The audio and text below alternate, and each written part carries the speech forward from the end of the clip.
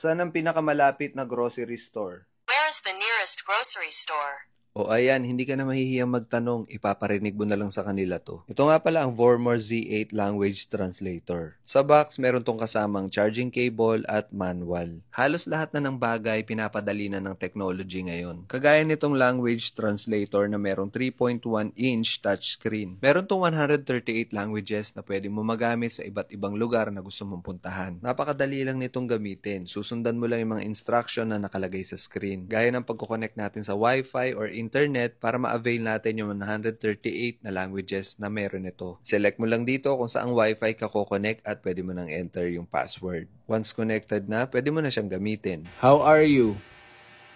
Kumusta ka? Where can I buy a ticket?